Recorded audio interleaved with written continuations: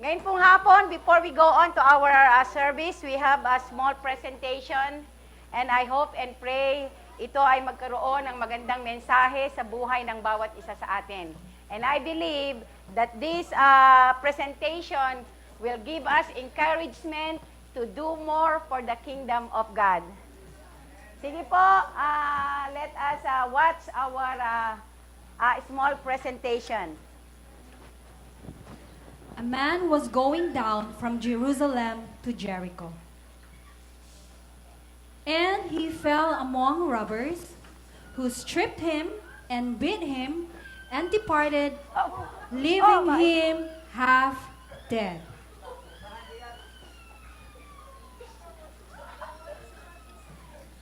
Now, by chance, a priest was going down that road. And when he saw him, he passed by on the other side.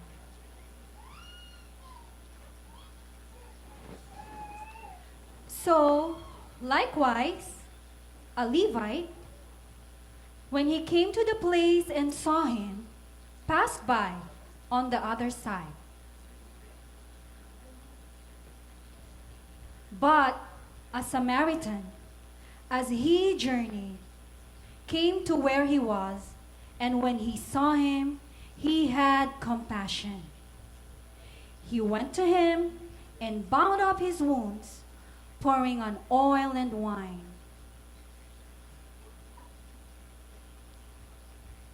Then he set him on his own animal and brought him to an inn and took care of him.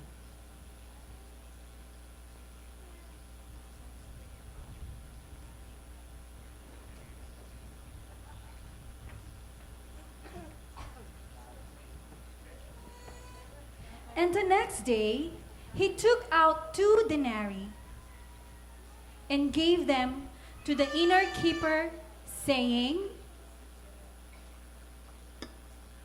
"Dear friend, take care of him. And when I return, I reimburse you whatever expenses you use." Okay. Praise the Lord. That's the end of the story. Amen. Hallelujah. Praise be to God. Meron tayong mga actors and actress dito po sa ating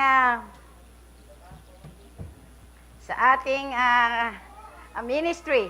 Amen. Sige po, palakpakan natin ng Diyos. Let's give God a hand of praise. Yung pinakamalakas, malakas, malakas, malakas, malakas na palakpak para sa ating Diyos na buhay. For God deserves the praises of His people. So in everything that we do for the kingdom, we have to make sure that we will give the glory to Him alone and alone. Right? Kaya po bilang mga mananampalataya ng Diyos, we have to make sure that whatever we do for the kingdom, ito po ay para sa kaluwalhatian lamang ng ating Panginoon. Hindi sa kaluwalhatian ng ating mga pastor, ng ating mga leaders, hindi sa kaluwalhatian ng bawat isa sa atin, but only for the glory of God. Amen. Sino po yung nag-enjoy doon sa ating the story of the Good Samaritan? Amen. Hallelujah. So before we go on, I would like your participation.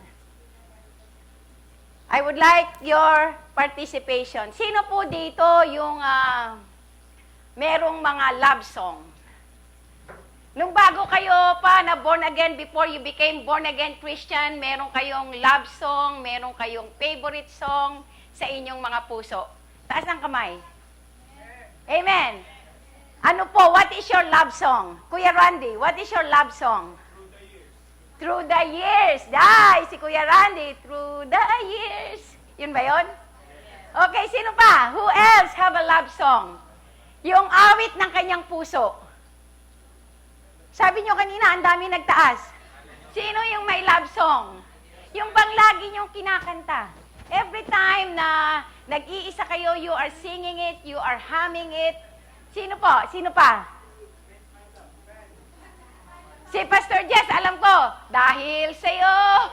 Di ba?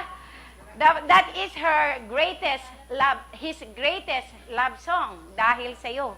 Right? Ang dami, meron na kaming narinig doon sa isang party na pununtahan namin.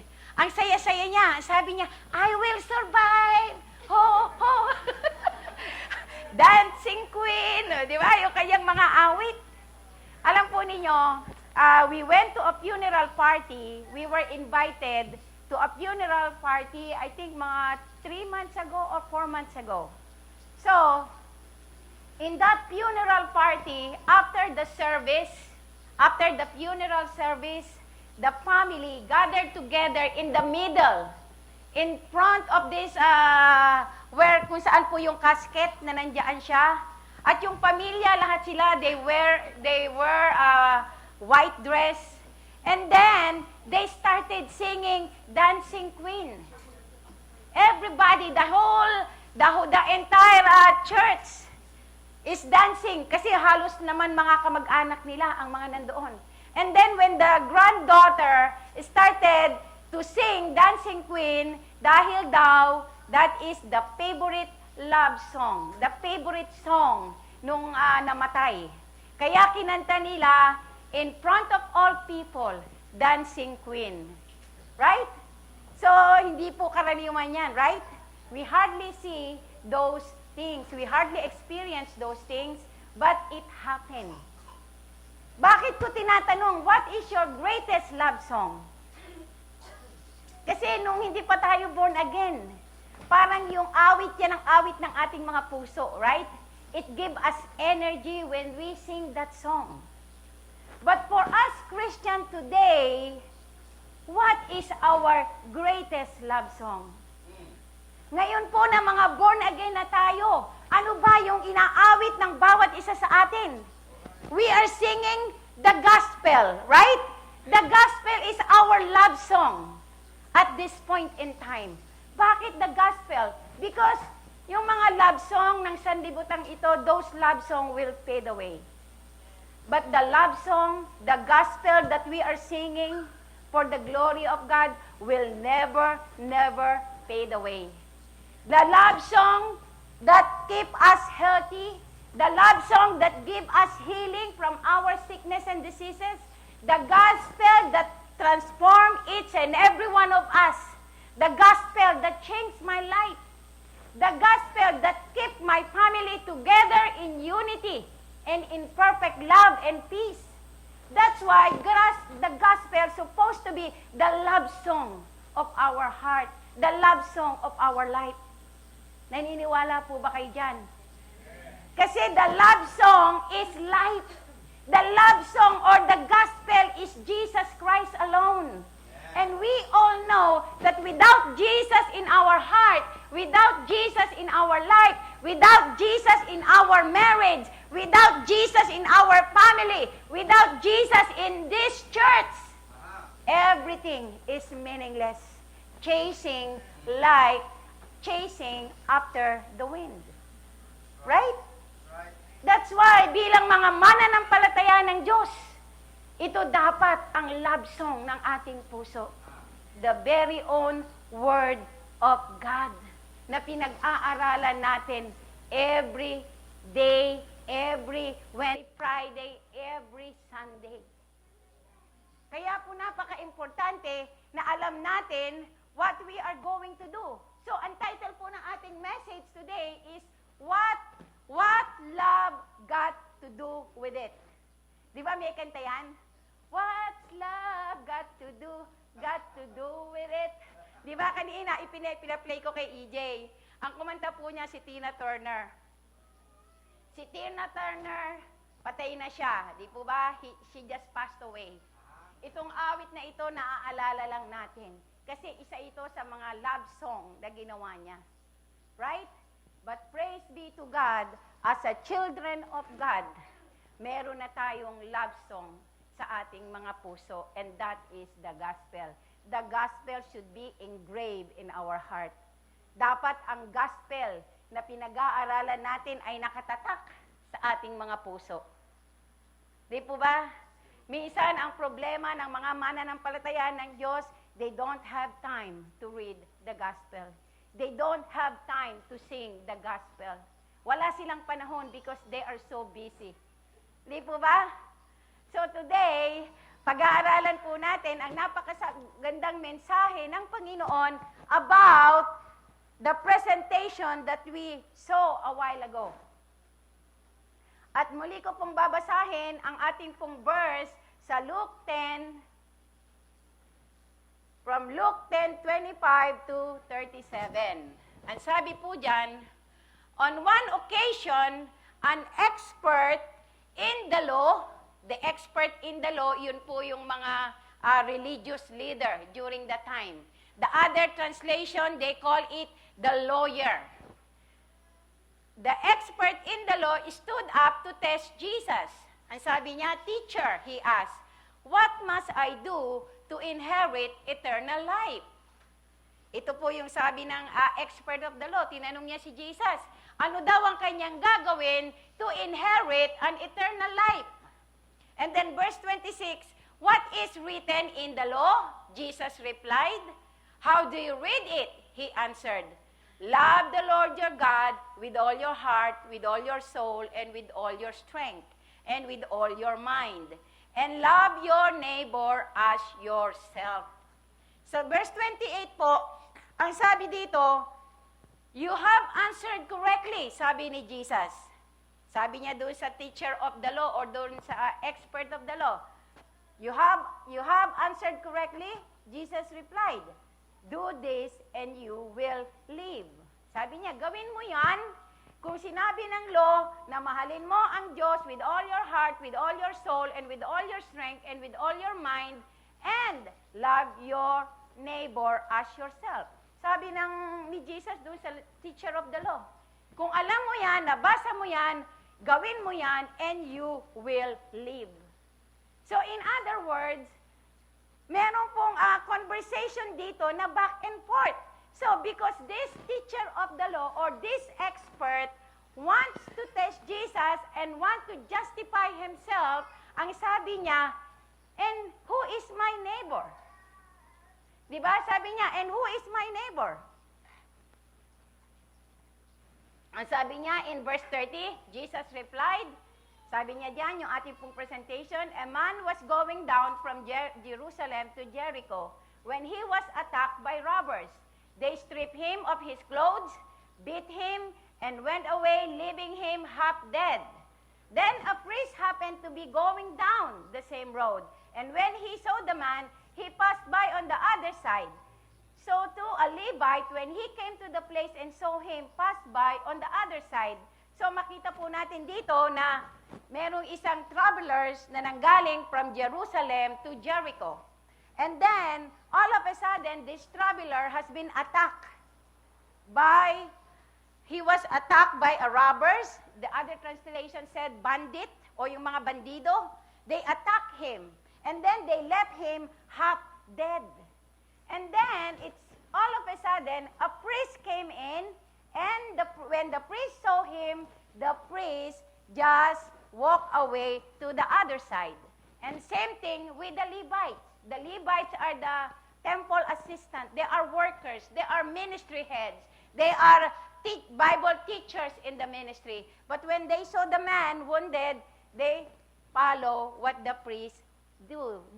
So he just walked out and he just passed by and walked to the other side of the road. But, verse 33, "But a Samaritan," in other translation, it says a despised Samaritan. Sabihin po natin, a despised Samaritan. As he traveled, came where the man was, and when he saw him, he took pity on him. In other translation, he said he felt compassion on him. He went to him and bandaged his wound, pouring out on oil and wine. Ang ginawa po niya, huminto siya, he stopped, he looked at him, at nung makita niya na siya ay duguan, he cleaned it, he put an olive oil, and put a bandage on him. Ang sabi po ng Biblia. And then he put the man on his own donkey, brought him to an inn and took care of him. The next day he took out 2 denarii and gave them to the innkeeper. Look after him, he said. When I return, I will reimburse you for an extra expense you may have. Verse 36, which of these 3 do you think was a neighbor to the man who fell in the hands of the robbers? And then verse 37, the expert in the law replied, the one who had mercy on him. And Jesus told him, go and do likewise. Naintindihan po natin yung istorya? It's a beautiful story, right? It's a beautiful story that God wants all His people to understand. It's a beautiful story that the Bible talks about the religious leaders, the priests, the Levites, and the Good Samaritan. Right? So dito makikita natin, bakit may mga significance po. There are significance doon sa mga characters na ginawa po natin, na pinakita natin. So yung priest, if we are kung tayo magiging judgmental tayo, so makita natin yung ginawa, ang sasabihin agad natin, ano ba yan? Priest pa naman yan. Right? Priest pa naman yan. Levites pa naman yan. Bakit hindi man lang tinulungan yung taong nakahundusay sa karsada? With our own flesh, we just become judgmental. Di po ba? Kasi during that time, by the nature of their profession, in their nature of profession, they are supposed to be the first one to help the wounded man lying on the floor. Kasi tagapagturo. Di po ba? Teacher of the law. Dapat sila ang mangunguna na tutulong. Pero they never helped them. They just passed away. Right? So ano po ang significance? Maybe, bigyan din natin ng benefit of the doubt. Kasi po, during that time, ang kultura po nila, kapag may nakita isang patay o dead body, and they touch them, hinipo nila, sila po ay magiging ceremonially unclean. So pero alam naman natin na half dead lang. Pero just in case, he is a dead body and they touch him, magiging ceremonially clean sila and they have to go back to Jerusalem to offer a ritual, katulad ng pinag-aaralan natin. Gagawa na naman sila ng mga ritual para sila ay maging clean. So in other words, maybe itong priest and the Levite, they are not convenient to help him. Because iniisip nila, paano kung patayan? Kung patayan, di ba? At hinipo nila, magiging unclean sila. So they have to go back again to Jerusalem at gumawa ng mga rituals and offering so that they will become clean again. Right? Kaya, maaaring ganun ang isip nila. That's why they are very inconvenient to help the dead person. Just like us today, it happened. Di po ba? Minsan may mga homeless dyan. They need help. Di ba? They need help. May dadaan na mga pastor. Minsan sabihin nila, hindi naman nila alam na pastor ako. Di ba? We are not convenient to help them. It happens also in our generation today. Marami tayo minsan nakikita natin, mga tao na natatakot tayong hintuan. Natatakot tayong tulungan because we have reservation in helping them. Kasi baka mamaya sabihin natin, baka ano yan, baka drama lang yan. Baka it's a plan. Right? Kaya tayo, we choose not to help them. Right? Sa halip na tulungan, umiiwas na lang tayo na tumulong. But, my beloved brothers and sisters in the Lord, nakita natin na sa sitwasyong ito, yung taong nakahundusay, he really need help. But one day, at that point in time, may dumating. After the Levites, after the priests, dumating ang isang Samaritano. itong Samaritano na ito, during that time, as we go on studying about their culture, ang mga Jews at mga Samaritano, may conflict sila. They have a conflict. Hindi sila magkasundo. Meron silang mga issue. So it is better kung gugustuhin ng Samaritanong ito just to walk away, he has the reason not to help him. Kasi isang Hudyo, di po ba isang Hudyo, siya ay isang Samaritano. Bakit ko tutulungan yan? Hudyo yan. He is a Jew. Right? He has the right not to help him. He has the reason not to help him. But according to the Bible, it says here that when he saw him, he was moved with compassion. He was moved with compassion. So ang ginawa ng Samaritanong ito, nung makita niya na siya ay duguan, agaw buhay, half dead, huminto ang Samaritanong ito.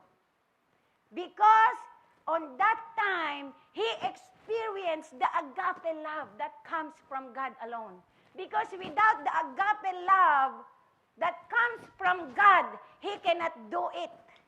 Hindi niya magagawa yan. Hindi niya kayang hintuan. Katulad ng mga nung praise at ng Levites, hindi niya gagawin yan. But because he was moved with compassion, he was moved because of the agape love that God has given unto him, he stopped and he helped him.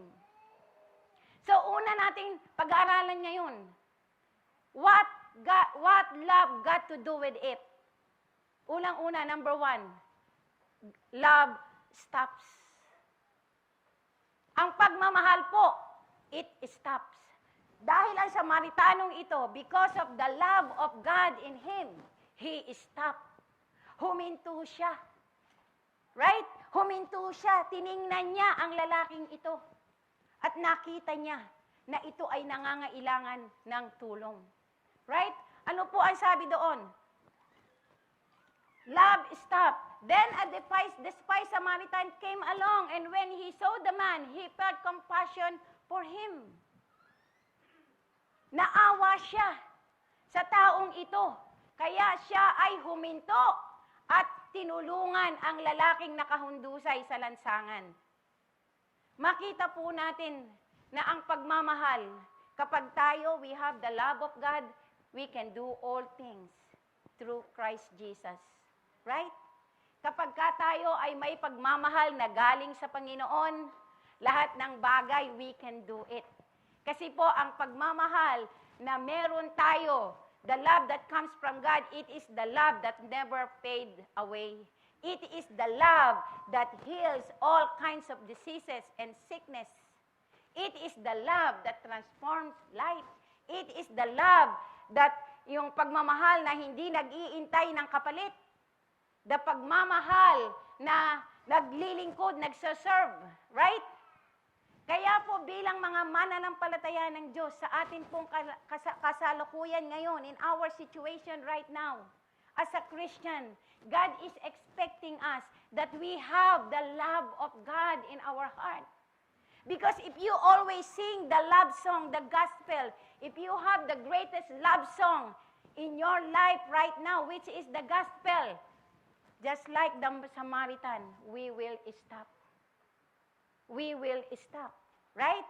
Kaya po ang una nating message na natutunan dyan, the revelation of our message, love stops.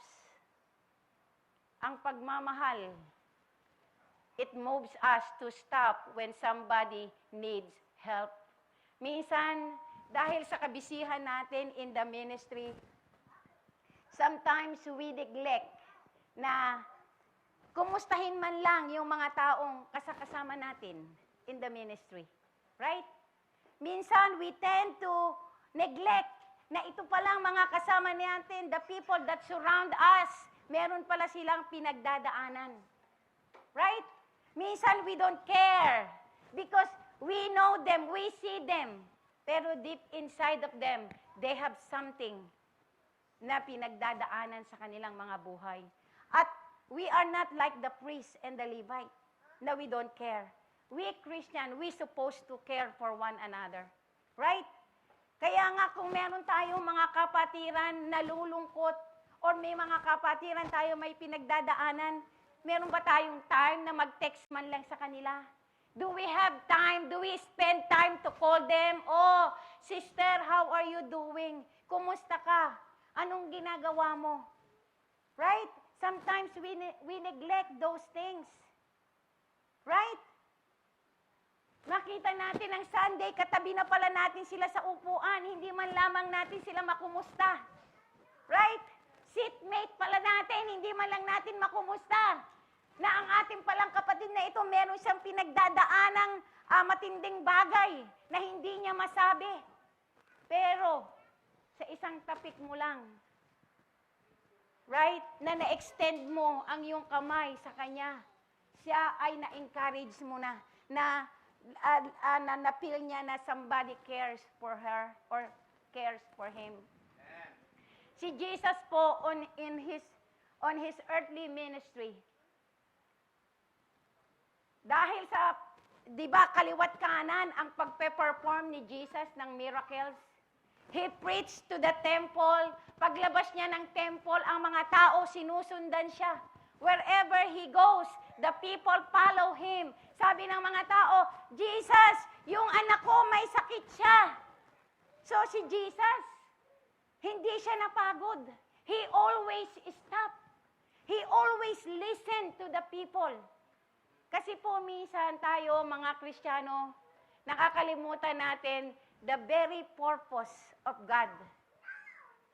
The very purpose of God in our life is for us to come to know Him, to have a personal relationship with Him. Sometimes we overlook na ang dahilan kung bakit namatay si Jesus ay para sa tao, for the salvation of many people.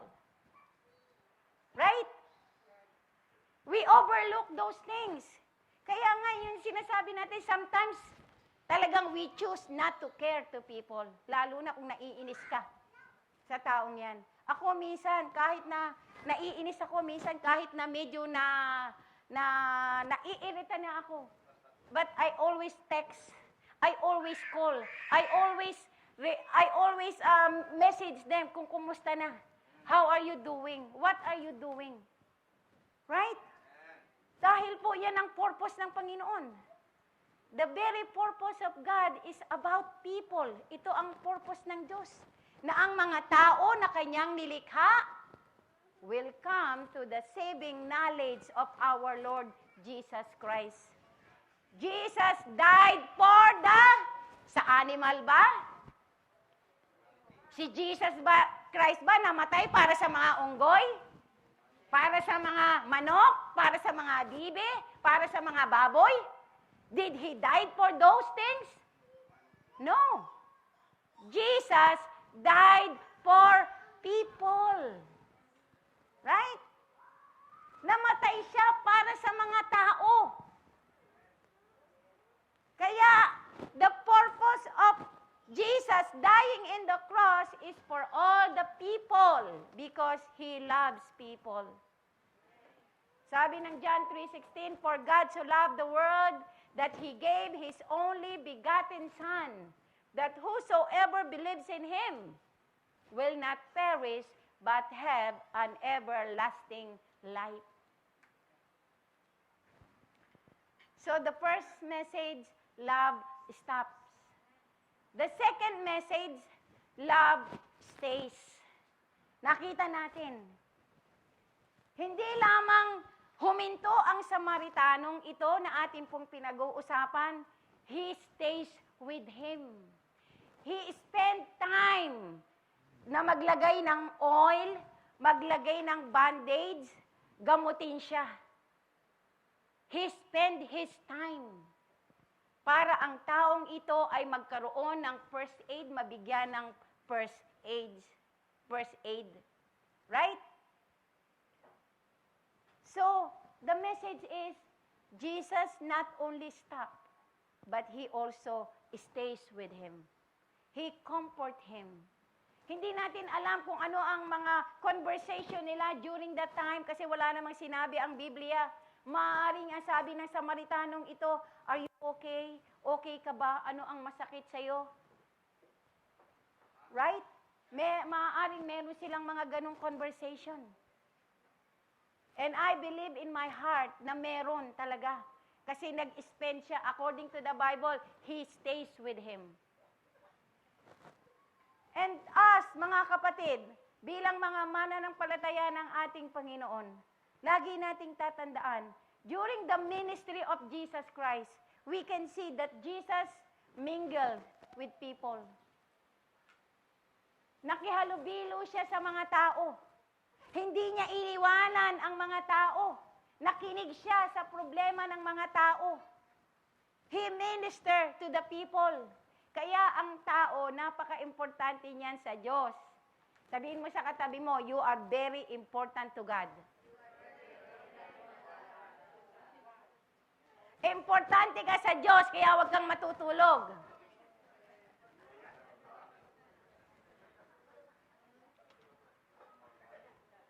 You are very important to God.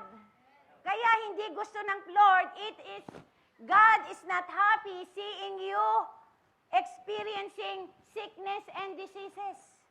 God is not happy seeing you being broken-hearted. God is not happy seeing you na meron kang problema sa asawa mo. God is not happy to see you that way. God is happy to see you healthy, enjoying life to the fullest, because that is the purpose of God. That the people will enjoy the blessing of God, the promises of God, that people will enjoy every blessing that God has given unto them. Hindi siya masaya na meron kang heartache ngayon. He is not happy na ikaw ay malungkot ngayon. He is not happy na nakikita ka, na nakaka-experience ka ng mga hindi magagandang bagay sa buhay mo. He is not happy with that.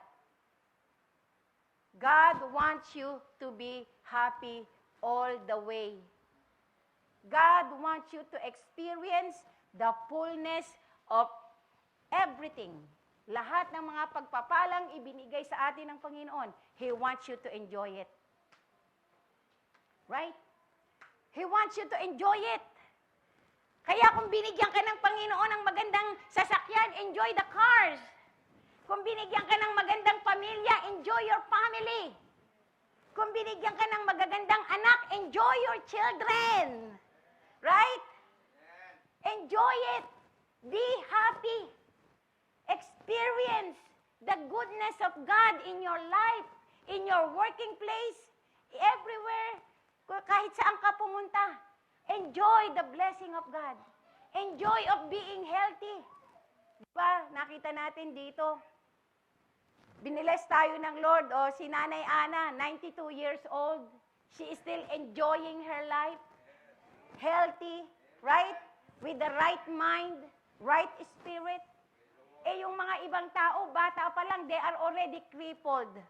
There are some people, they are born paralyzed, crippled. Di ba? Merong mga tao, they are born blind. Merong mga tao, they are born deaf, pipi. Di ba? But praise be to God. Mga anak ng Diyos, we have to enjoy life that God has given to each and every one of us. Enjoy the job that God has given you. Eh, yung iba, napakareklama daw sa trabaho. Di ba? Oh, ano ba? Papasok sa trabaho, mainit ang ulo, dabog ng dabog. Hindi nila naiintindihan. Yung trabaho na yan ay galing sa Panginoon. And God wants you to enjoy it. Right? Di ba na-experience nyo yan? Eh? Kasi sa trabaho ko, nakita ko yan eh. Pagpasok pa lang sa trabaho, F-word, B-word na ang mga lumalabas sa mga bibig nila. Di ba? Umaga pa lang, hindi na maganda ang mood. Kaya sabi namin, Uy, maganda ba ang mood ng boss natin? Pag hindi maganda ang mood, tahimik kami. Nagdi-disappear kaming lahat. Kanya-kanya kami. Di ba? God gave us job to enjoy it. Right? Kaya yun ang sinasabi ko lagi. Pag tayo binigyan ng Lord ng trabaho, mahalin natin ang trabahong ibinigay sa atin ng ating Panginoon. Right? Dahil that job is the one that God will use to bless you and your family. Right? O, di ba? Palakpakan natin ang Diyos. Lagi nating tatandaan, lahat ng galing sa Panginoon, iyan ay the best. Maaring ngayon, parang hindi mo pa nakikita, hindi mo pa nauunawaan bakit ganyan ang trabaho mo. But later on, as you go along, at patuloy ka sumusunod sa Panginoon, you will see that God is good. Na ang lahat ng binigay sa atin ng Panginoon, ito ay dapat nating pahalagahan, ito ay dapat nating mahalin, ito ay dapat nating bigyan ng importansya because that one comes from the Lord. Amen. Kaya kung binigyan tayo ng magandang trabaho ni Lord, praise the Lord. Di po ba? Give glory unto God. Dahil walang ibang magbibigay sa atin ng trabaho. No one can give us a job that we have right now. Only God alone. Kaya, dahil sa trabahong yan, nagkaroon ka ng bahay. Dahil sa trabahong yan, nagkaroon ka ng sasakyan. Because of the job, meron kang savings sa bangko. Because of the job that God has given you. That's why we have to love the job that God has given us. Kaya pagpunta mo sa trabaho mo, ang sabihin mo, I love my job. I love it. Di ba? Kahit mahirap, I love it. Right? Mahalin natin ang ating mga trabaho. Kahit na meron kang co-worker na parang nagbibigay sa iyo ng problema, still love your job. Do your job well and you will be rewarded. Right? Do your job well and you will be rewarded. Kaya nga yung sinasabi ko, kung merong mga nang iirita sa'yo, nang iinis sa'yo, hindi yan nawawala. In every places, kahit saan kang lugar magtrabaho, meron talagang lumalabas na mga ganyan, mga sanbalat. Di po ba? So, anong gagawin natin? Kill them with kindness. Kill them with kindness. Right? Kung feeling mo na ayaw niya sa'yo, naiinis sa'yo, the more kang gumawa ng mabuti sa kanya. The more na ipakita mo sa kanya na you are a child of God. You belongs to God. And God is your defender. And God will fight for you. God will take good care of you. God will uphold you. And God will be your defender. Ipakita mo yan sa kanila. And they will be amazed that truly the God that we are serving in this place is the God who created the heavens and the earth, and nothing is impossible with Him.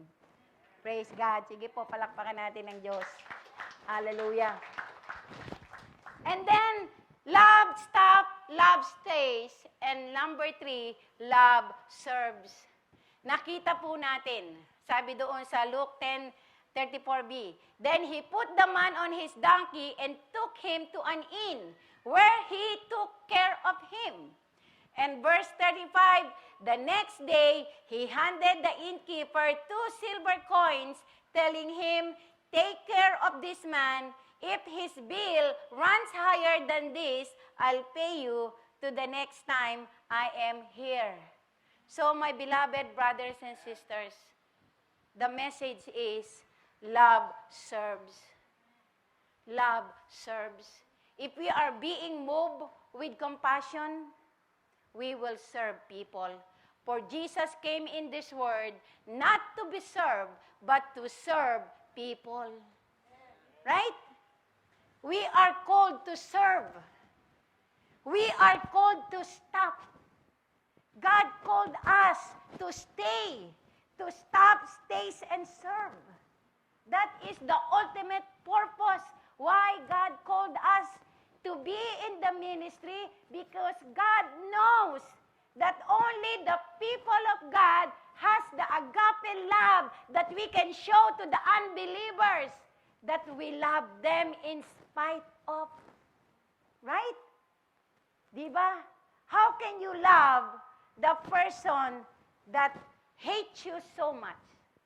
How can you love a person na gumawa ng napakatinding disaster sa buhay mo? How can you love those person? My beloved brothers and sisters, ang sabi ng Biblia, we can love them if you have the love of God. Right? We can love them if we have the agape love. The agape love that never fades away. The love that never runs dry. Right? Runs out. Pag meron tayong pagmamahal na galing sa Diyos, we can love all kinds of people. Kahit na mga Jesus called us to stop, to stay, and serve, hindi lamang mga Pilipino dito sa UJCM.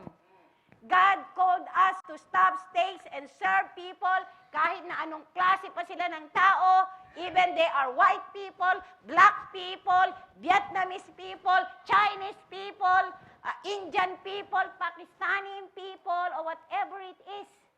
God called us to love and serve and stay and stop for those people, especially those who do not know the Lord yet. Di po ba? Yung hindi pa mga nakakakilala sa Panginoon. Ang gusto ng Lord, we became a good representative unto them. Ang gusto ng Panginoon, tayo ang kanyang maging representative sa kanila.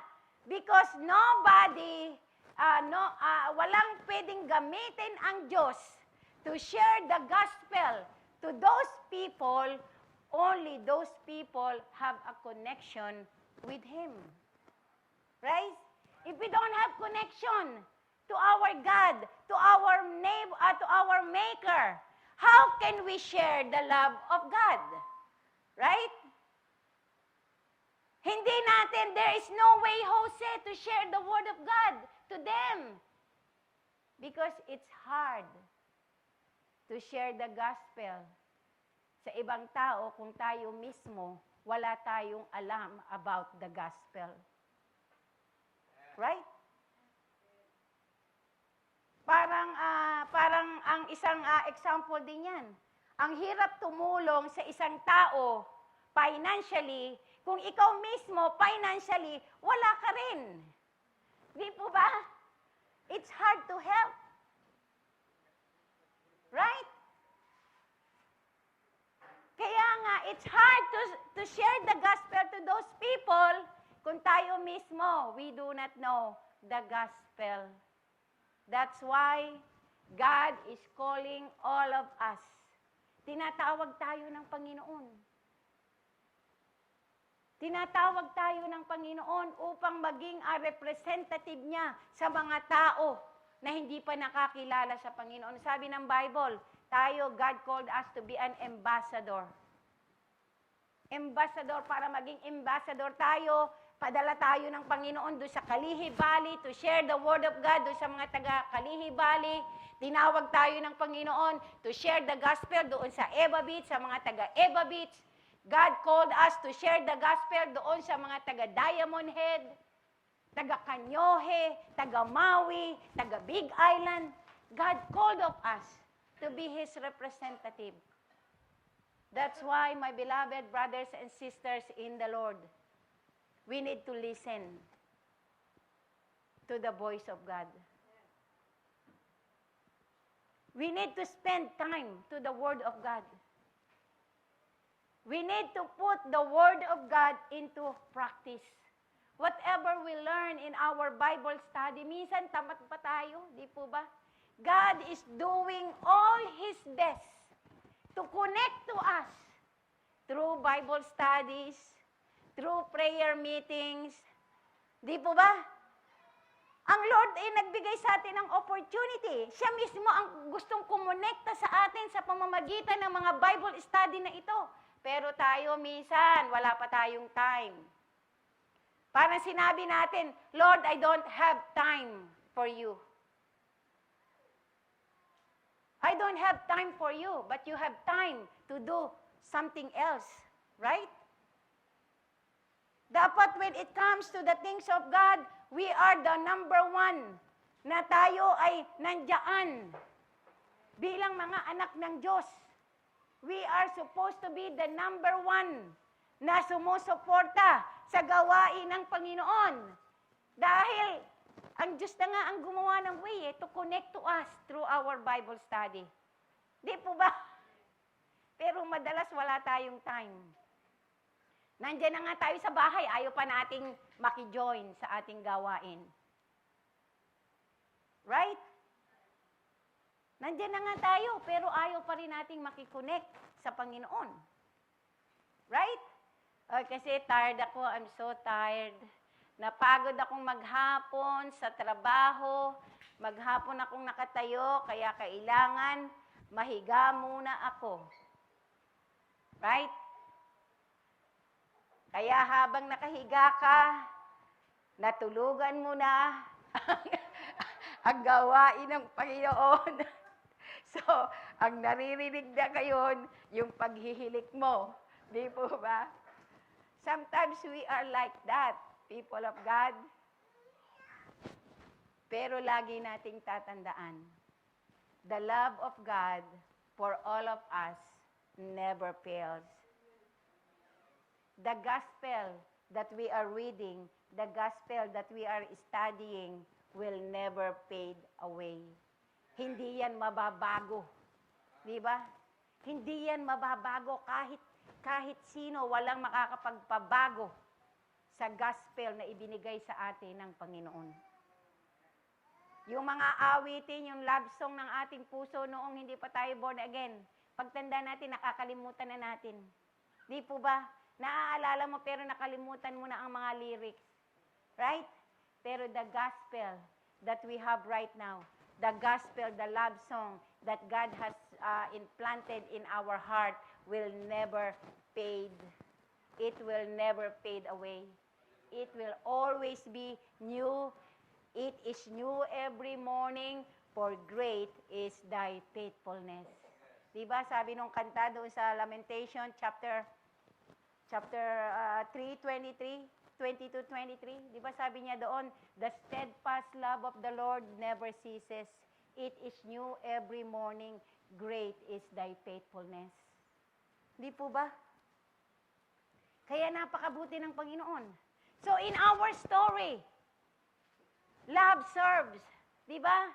Ang Panginoon natin nag-serves. Imagine mo nga, He came to this world not to serve, not to be served, but to serve. Imagine that. Sinong makagagawa niyan? Tayo nga, pag nasa bahay tayo, kumuha lang ng tubig, inuutos mo pa sa anak mo. Diba? Kumuha akong tubig. Diba? Kuha mo nga ako ng kuha mo nga ako ng juice. Diba? Because we want to be served. Kasi ikaw ang tatay, ikaw ang padre de pamilya. Di po ba? You want to be served. Dahil ikaw ang nagpo-provide ng pangangailangan ng inyong pamilya.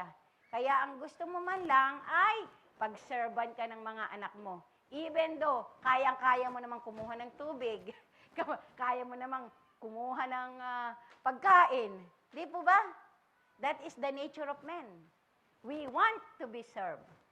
But Jesus, the Bible said, He came in this world not to be served, but to serve.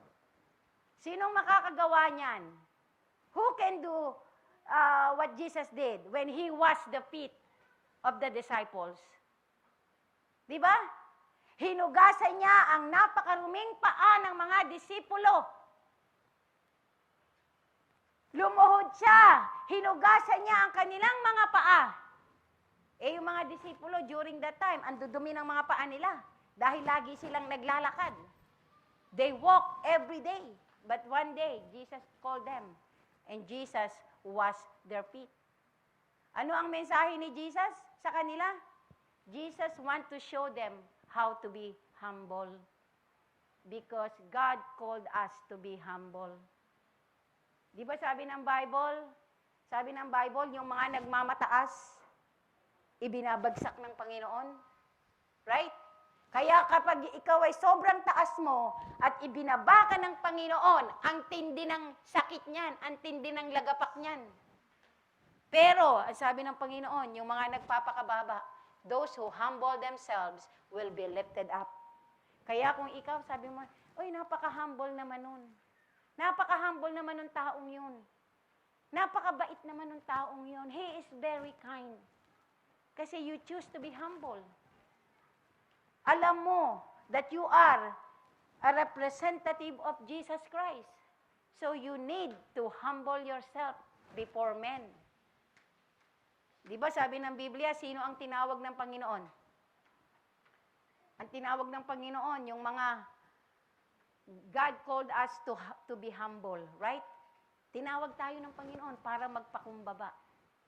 Hindi tayo tinawag ng Panginoon para magpakataas-taas. Na paglakad mo, lagi kang nakatingala. Di ba? Lagi kang nakatingala. Ayaw mong ibaba ang iyong ulo. Di po ba? Dahil nakatingala ka, hindi mo nakita yung pader na babanggain mo. Kaya nung pagdiretso ka nakatungangan ka, ang laki ng bukol mo. Di po ba?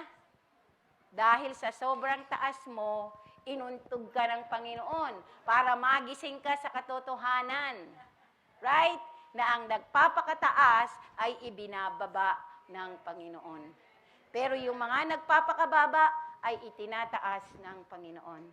So, in our story, dito po tayo magtatapos. In our story, makita natin that in that story, Jesus is there. Jesus is the Samaritan that helped the wounded guy. Jesus is the Samaritan that helped the person na nakalay down on the floor. And we are the one who is lying on the floor. Tayo yung mga taong yun in our generation today. Tayo yung taong nakahundusay doon sa kalsada at nangangailangan ng tulong, and Jesus stopped. Sabi ng Bible, nang tayo ay makasalanan pa, sa sanlibutang ito tayo nabubuhay sa kasalanan, naglulublob tayo sa kasalanan, ang lahat ng klase ng kasalanan na ginagawa natin, we committed the pride of life, lust of the flesh, lust of the eyes, everything, lahat ng klase ng kasalanan, we are enjoying it. And then one day, dumating ang Samaritanong ito, which is our Lord Jesus Christ. Ang sabi ng Panginoon,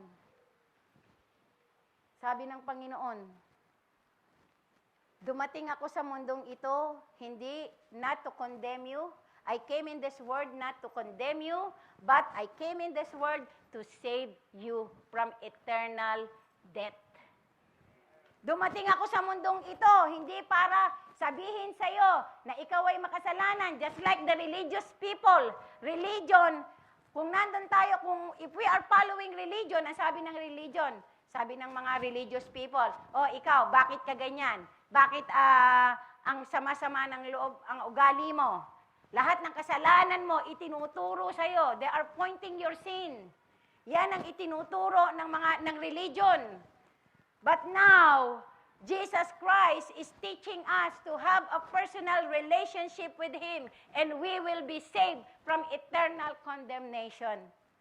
Right? Kaya sa istorya natin, Jesus is the Samaritan. Nung tayo ay bugbog na bugbog sa kasalanan, baon-baon tayo sa dami ng kasalanan na gawa natin, Jesus came in and He stopped and He stayed with us and He served us so that we can have an eternal life in the future. Right? Palakpakan natin ang Diyos na buhay. Diba? Jesus came to our life. Nung hindi pa tayo born again, nung hindi pa ako born again, nag-e-enjoy ako sa kasalanan. I'm enjoying all kinds of sin. I am a liar. I am a cheater.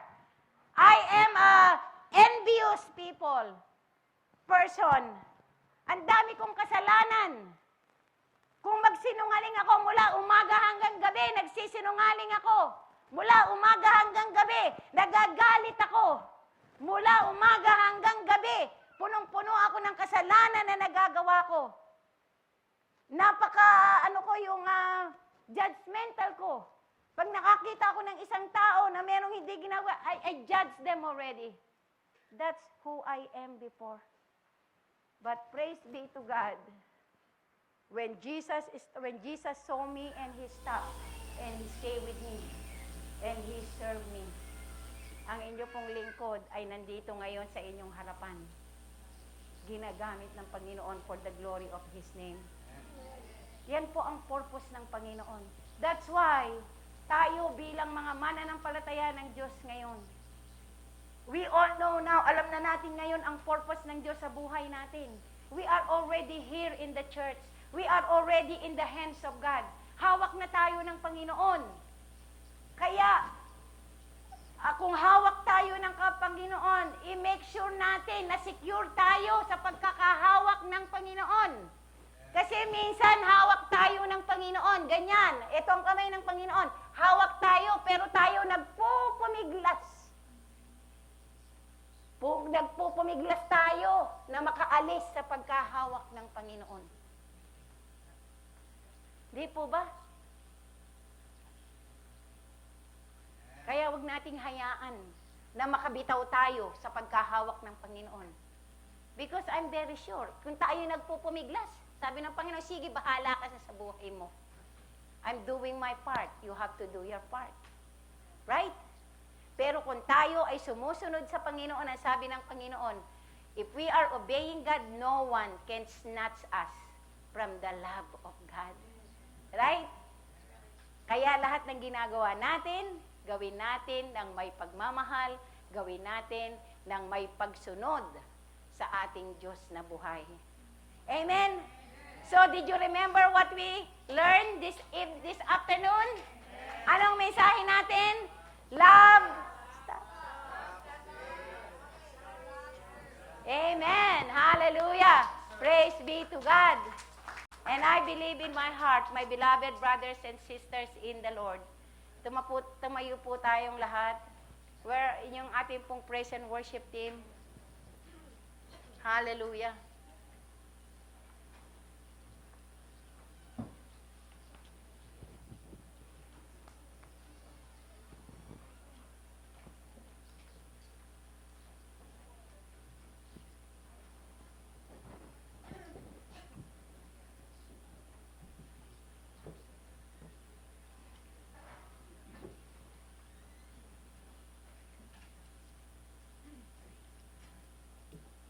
Hallelujah. Praise the Lord.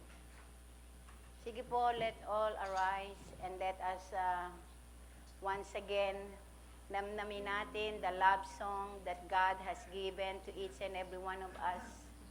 Hallelujah. Sabihin natin sa Panginoon, Lord, my life is an open book unto you. You know what I need. Alam mo, Panginoon, kung ano ang dinidesire ng aking puso. And I believe in my heart, God, as I obey you, as I submit myself unto you,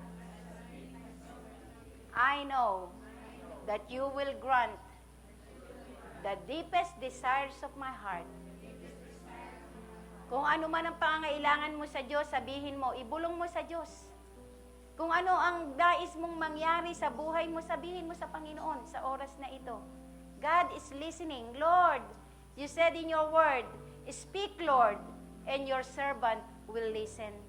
Your servant is listening. Sabihin mo sa Panginoon, lahat ng mga hinaing mo, lahat ng mga nais mong gawin ng Diyos sa buhay mo. Because only God can perform miracles. Only God can do mighty things that we do not know. Only God can do the impossible things in our life. Kaya sabihin natin sa Panginoon, Hallelujah. Hallelujah. Hallelujah.